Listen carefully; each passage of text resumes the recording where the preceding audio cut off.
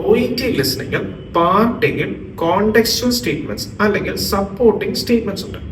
ഈ സ്റ്റേറ്റ്മെന്റ്സിന്റെ പ്രത്യേകത ഇവയിൽ ഒന്നിലും നിങ്ങൾക്ക് ഇൻഫർമേഷൻ ആഡ് ചെയ്യണ്ട, അല്ലെങ്കിൽ ഈ സ്റ്റേറ്റ്മെന്റ്സിൽ നിന്ന് ഒരു ക്വസ്റ്റ്യൻ ഉണ്ടായിരിക്കില്ല.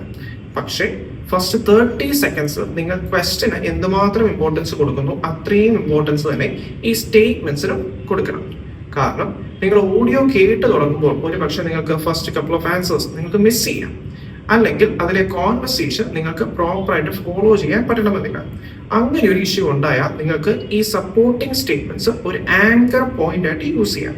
അതായത് ഈ സ്റ്റേറ്റ്മെന്റ്സിലെ ഇൻഫർമേഷൻ യൂസ് ചെയ്തുകൊണ്ട് നിങ്ങൾക്ക് ആ സ്റ്റേറ്റ്മെന്റ് അല്ലെങ്കിൽ ആ ഓഡിയോ നിങ്ങൾക്ക് പ്രോപ്പറായിട്ട് ഫോളോ ചെയ്യാനും അതിൽ ആൻസേഴ്സ് ലൊക്കേറ്റ് ചെയ്യാനും സാധിക്കും.